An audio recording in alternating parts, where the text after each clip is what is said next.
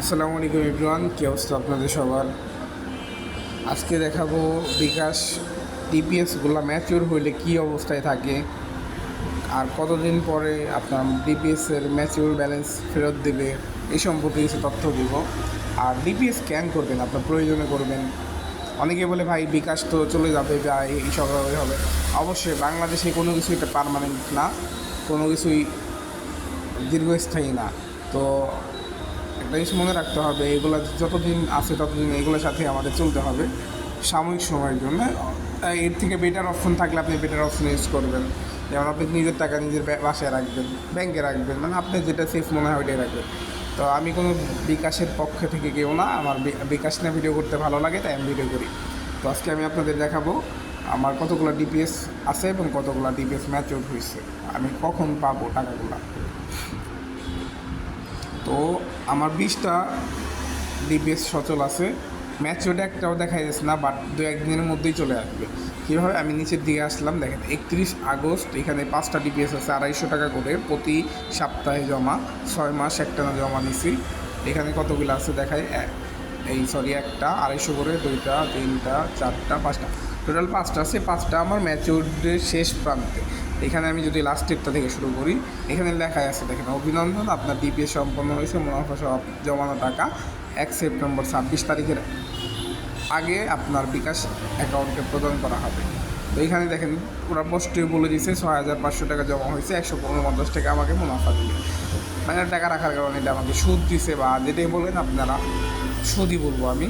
যাই হোক, তো আমার উদ্দেশ্য সুদ না, উদ্দেশ্য ছিল এখানে রাখা।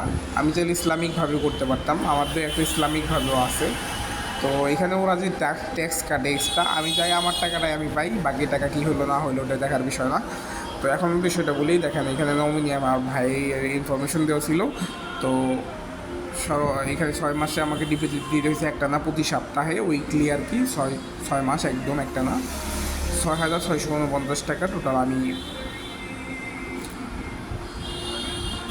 প্রদান করেছি আর কি ওদের। আর যাই হোক, আমাকে প্রদান করবে হয়তো বা, আমার তো আইডিয়া মনে নাই, এগুলো অনেকদিন ধরে দেখা হয় না। তো এখানে আপনি একটু দেখাই একটু বিষয়ের ভিতরে, এখানে আমি সবগুলা নির্দিষ্ট টাইমের মধ্যে জমা দিচ্ছি, আমাকে 31 আগস্ট পর্যন্ত সময় দিচ্ছে। এর মধ্যে আমার অ্যাকাউন্টে ব্যালেন্স অটো অ্যাড হয়ে যাবে, আমার কিচ্ছু করতে হবে না, ক্যান্সেল করতে হবে না, কিচ্ছু করতে হবে না, অটোমেটিক আমার ব্যালেন্সে চলে আসবে। এইভাবে আমার 5টা ডিপিএস সম্পূর্ণ হয়েছে, আপনারা দেখতে পারবেন। আমার ডিপিএস এখানে যখন সম্পন্ন হয়েছে, এখানে যখন 31 আগস্ট আসবে, অটোমেটিক আমার এখানে ম্যাচিওরডে চলে আসবে, এবং ম্যাচিওরিটি চলে আসলে নির্দিষ্ট টাইম পরে এখান থেকে অটোমেটিক চলে যায়।